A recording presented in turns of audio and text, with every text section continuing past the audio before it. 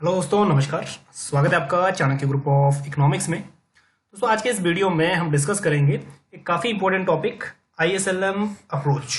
और IS-LM approach काफ़ी important है, चाहे वो आप किसी भी एग्जाम में जिसमें इकोनॉमिक्स यूज़ होती है, चाहे वो यूजीसी नेट का एग्जाम है जिसमें इकोनॉमिक्स यूज़ होती है, और चाहे वो पीजीटी इकोनॉमिक्स का पेपर है, चाहे वो यूपीएससी में इकोनॉमिक्स है, चाहे वो आईईएस है, मतलब इंडियन इकोनॉमिक सर्विस, तो वहाँ पे आईएसएलएम का अप्रोच वाइडली यूज होता है। तो आज हम इसमें डिस्कस करने वाले हैं आईएसएलएम अप्रोच पार्ट 1।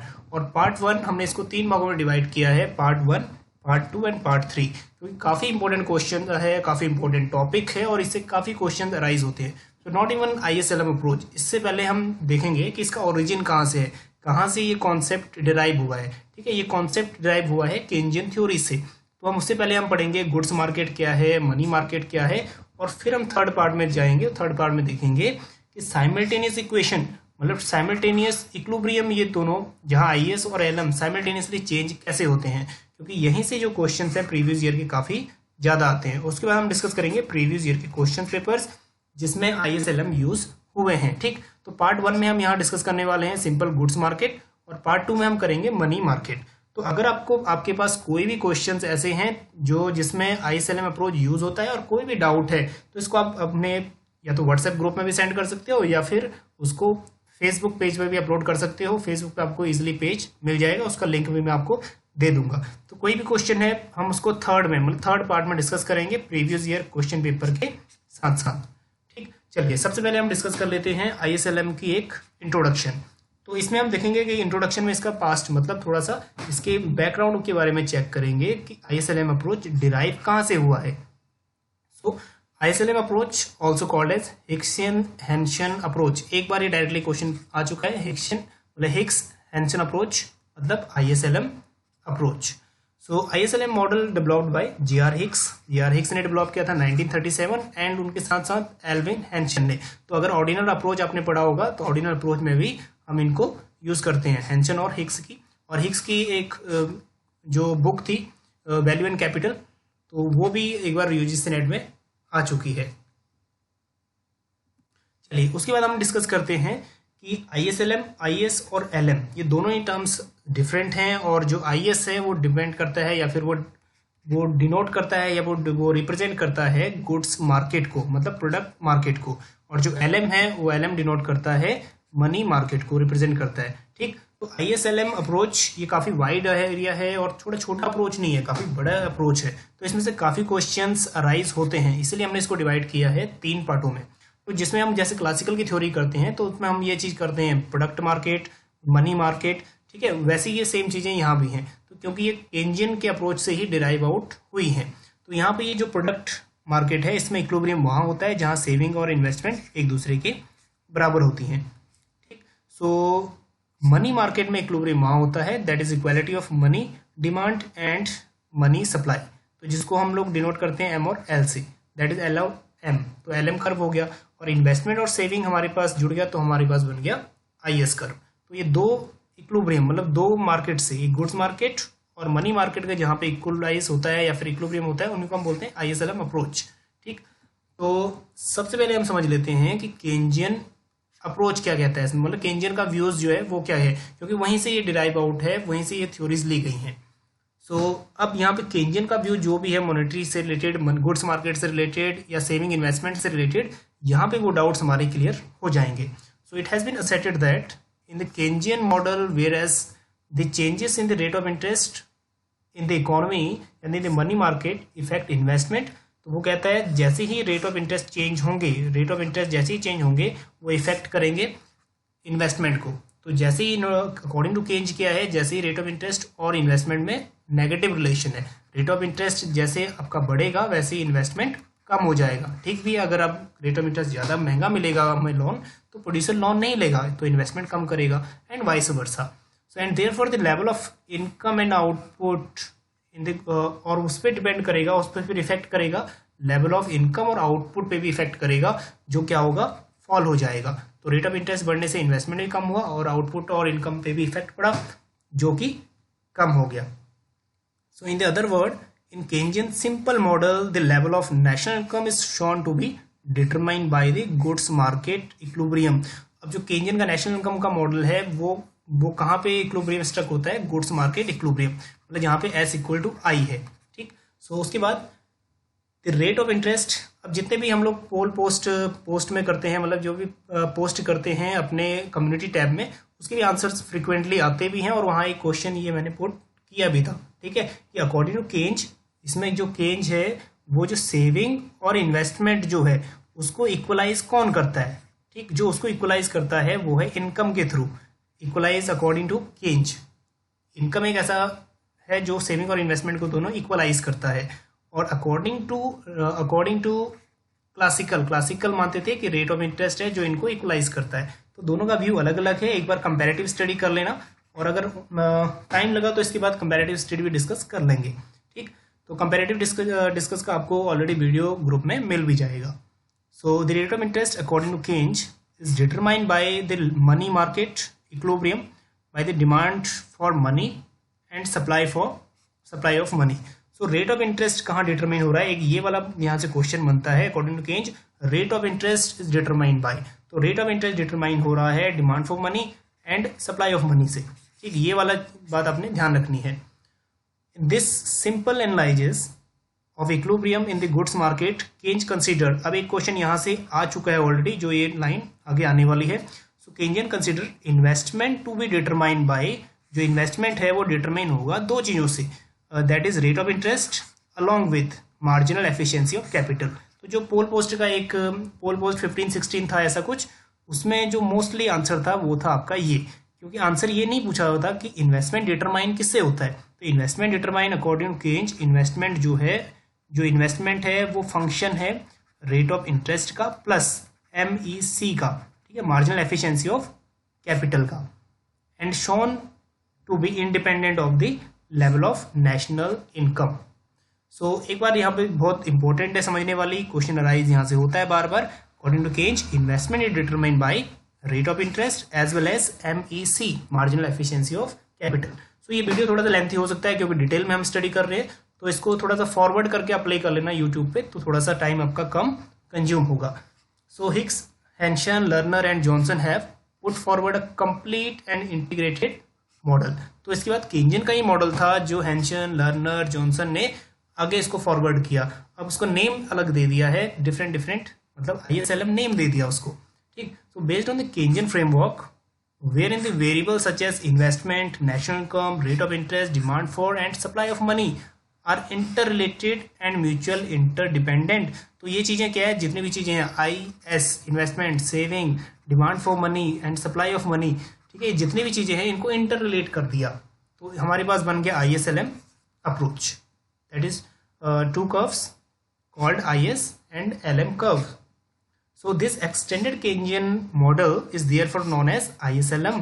तो यहाँ पे क्वेश्चन अराइज ये होता है कि ISLM किसका एक्सटेंडेड मॉडल है, एक्सटेंडेड मॉडल है केंजियन मॉडल का।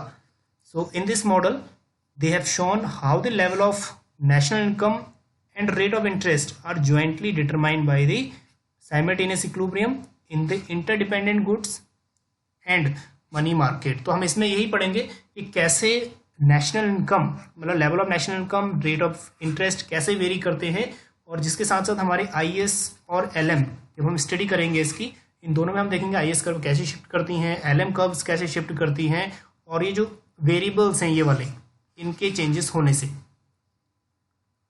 ठीक। चलिए अब हम करते हैं नंबर 1 गुड्स मार्केट इक्विलिब्रियम। तो यहाँ से भी कई क्वेश्चंस, कई डाउट्स अपने क्लियर हो जाएंगे कि भाई गुड्स मार्केट इक्विलिब्रियम है क्या। तो हमने ये चीज़ सिंपल की थी, जहाँ पे सेविंग और इन्वेस्टमेंट एक दूसरे के बराबर होते हैं, ये गुड्स मार्केट है। So the goods market equilibrium is when goods market is in equilibrium when aggregate demand is equal to income. तो मतलब क्या कह रहा है, जो इनकम होता है ऑटोमेटिकली क्या होता है, एग्रीगेट सप्लाई होता है, क्योंकि एग्रीगेट सप्लाई भी दो चीज़ों से बनता है, C+S, कंजप्शन और सेविंग, और कंजप्शन और सेविंग से अब हमारे पास क्या आ जाता है, इनकम, इन दोनों को प्लस करके। तो इक्विलिब्रियम वहाँ कह रहा है जहाँ पे AD इक्वल टू AS होता है, और इसी को हम शॉर्ट में बोलते हैं S equal to I approach, ठीक है। इस इक्वेशन को सॉल्व करने से आगे, क्योंकि ये दो इक्वेशन जुड़ी हुई हैं, AD में दो चीज़ें हैं C+I, और वहाँ AS में दो चीज़ें हैं C+S, तो इन दोनों को सॉल्व करने से हमारे पास बचता क्या है, S इक्वल टू I, ठीक है। तो इसको हम SI अप्रोच भी बोलते हैं। So the aggregate demand is determined bye consumption demand and investment demand. तो जो एग्रीगेट डिमांड है AD, इसमें दो कंपोनेंट्स हैं C plus I. So like the Keynesians rate of interest is an important determinant of investment. तो इनके हिसाब से भी इन्होंने जो रेट ऑफ इंटरेस्ट है वो इन्वेस्टमेंट का एक इम्पोर्टेंट डिटर्मिनेंट्स है जिसपे इन्वेस्टमेंट डिपेंड करेगा. So when the rate of interest falls the level of investment increases. बस वही चीज़ है, इनवर्स रिलेशन है. Thus change in the rate of interest affect the aggregate demand or aggregate expenditure by causing change in investment demand. तो जैसे rate of interest बढ़ेगा या कम होगा या चेंज होगा तो वैसे ही हमारे इन्वेस्टमेंट और एग्रीगेट एक्सपेंडिचर पे भी इफेक्ट पड़ेगा. सो thus IS curve relates different equilibrium level of national income with a various rate of interest. ये हम करेंगे आगे नेक्स्ट डायग्राम में कि रेट ऑफ इंटरेस्ट जब आप चेंज होता है तो वैसे ही लेवल ऑफ नेशनल इनकम कैसे चेंज होता है वो. So the lower the rate of interest higher will be the equilibrium level of income. ये भी हम डिस्कस करेंगे कि हाउ.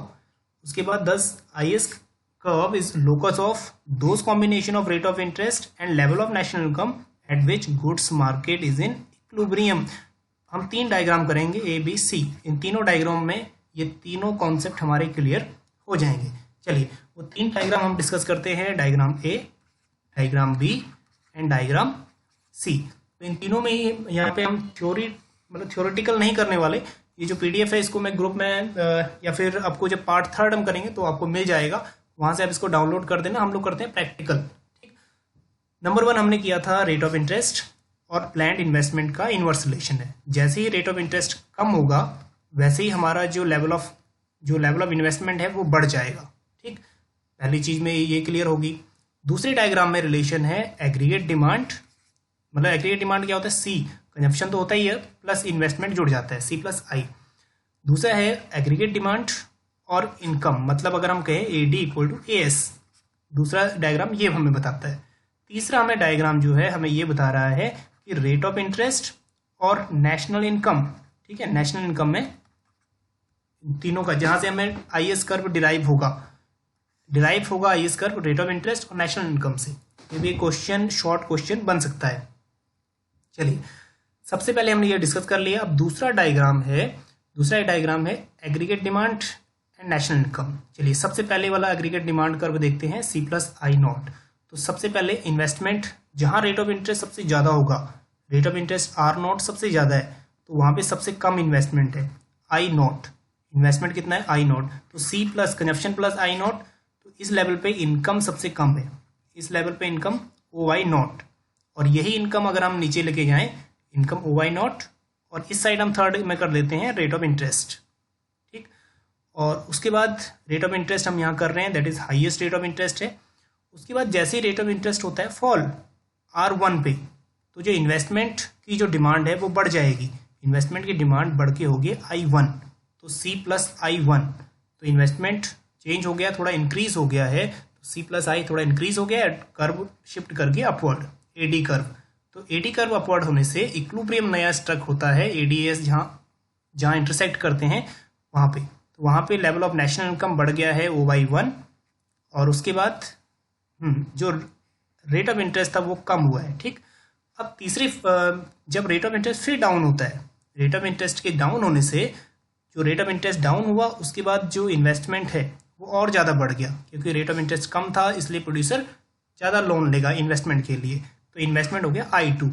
तो इन्वेस्टमेंट I2 हो गया और AD ये वाली कर्व शिफ्ट कर गई और अपवर्ड.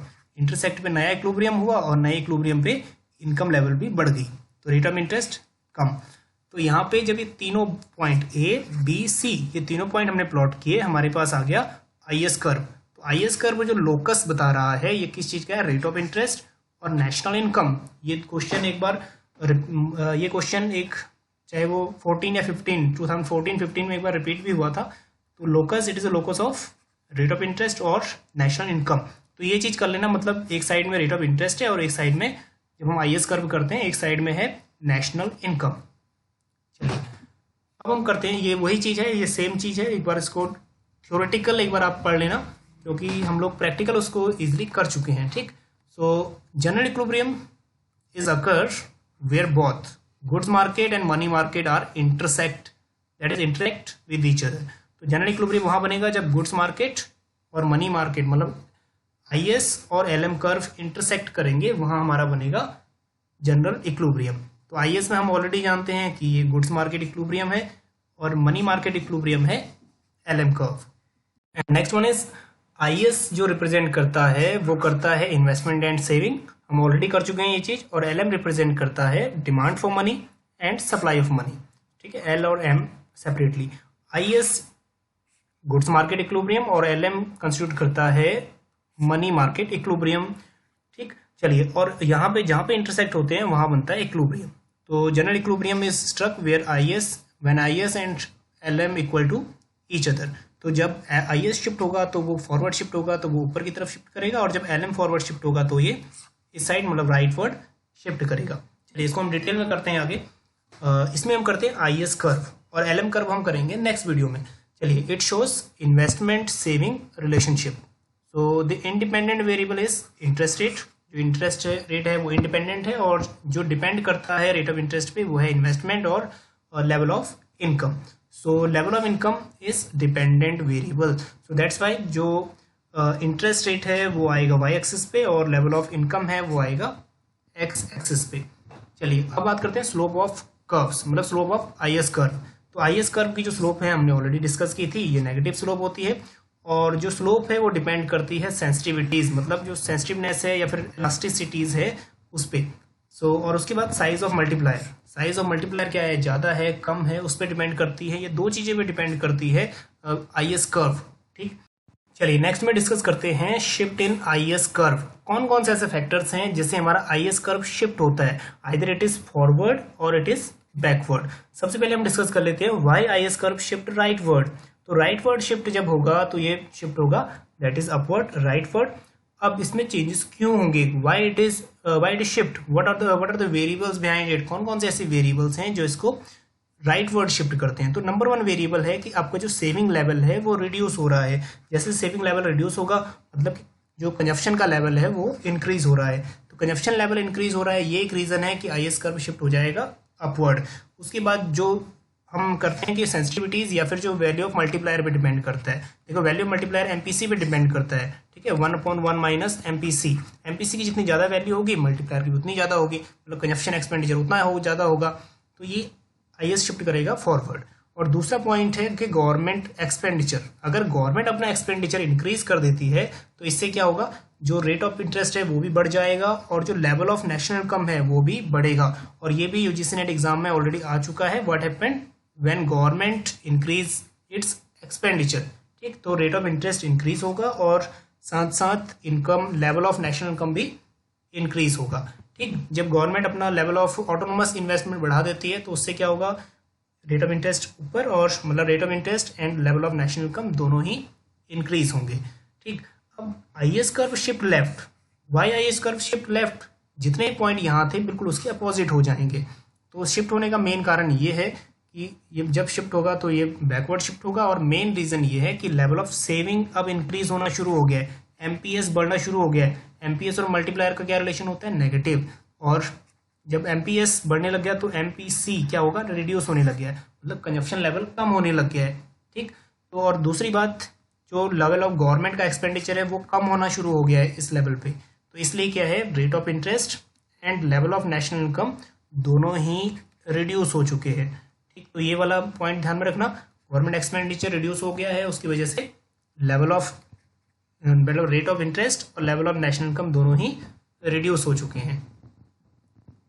चलिए, next one, what are the factors to shift IS curve backward और राइटवर्ड। सबसे हम पहले डिस्कस करते हैं why IS curve shift right. तो इसमें सबसे पहला जो रीजन है वो है reduction in the saving. Saving में रिडक्शन होता है, अगर सेविंग रिड्यूस होगी तो जाहिर सी बात है कंजप्शन इंक्रीज होगा, कंजप्शन इंक्रीज हो रहा है इसलिए सेविंग में रिडक्शन हो रहा है। उसके बाद autonomous increase in investment. Autonomous investment कौन करता है, गवर्नमेंट, मतलब मिनिमम लेवल ऑफ इन्वेस्टमेंट। और गवर्नमेंट इसमें ये चीज़ें डिपेंड नहीं करती लेवल ऑफ इनकम कितना है या फिर लेवल ऑफ मतलब रेट ऑफ इंटरेस्ट कितना है। ऑटोनोमस इन्वेस्टमेंट होता है independent of income and rate of interest. ये भी एक क्वेश्चन बन सकता है। सो अब जितने ही पॉइंट्स हमने राइट वर्ड के किए हैं यही पॉइंट हो जाएंगे बिल्कुल opposite, why IS curve shift leftward. तो वही चीज़ें, number one increase in saving, saving में इंक्रीज हुआ इसीलिए क्या हुआ, कंजप्शन में डिक्रीज हो गया, और उसके बाद जो ऑटोनोमस इंक्रीज था यहाँ ऑटोनोमस डिक्रीज हो जाएगा, ठीक है, ऑटोनोमस डिक्रीज इन इन्वेस्टमेंट। सो यहाँ पे जितने भी चीज़ें आपने पॉजिटिव थी वही चीज़ें आपने यहाँ पे लेफ्ट वर्ड के लिए नेगेटिव में कर देनी है, ठीक। चलिए अब ये नेक्स्ट वीडियो में हम डिस्कस करेंगे, इस वीडियो लेक्चर में हम डिस्कस करेंगे ISLM अप्रोच 2, और पार्ट 2 में हम यहाँ डिस्कस करने वाले हैं LM approach with detailed analysis, ठीक। तो मनी मार्केट इक्विलिब्रियम के बारे में हम पढ़ेंगे, और अगर आपके पास कोई भी क्वेश्चन ISLM से रिलेटेड है तो वो पोस्ट कर देना, या फेसबुक ग्रुप में चाहे व्हाट्सएप ग्रुप में पोस्ट कर देना, क्योंकि जो हमारा पार्ट 3 होगा उसमें हम डिस्कस करेंगे ये सब आंसर्स और क्वेश्चन एंड आंसर्स। चलिए मिलते हैं आपको नेक्स्ट वीडियो में, बने रहिए चाणक्य ग्रुप ऑफ इकोनॉमिक्स के साथ। Thank you.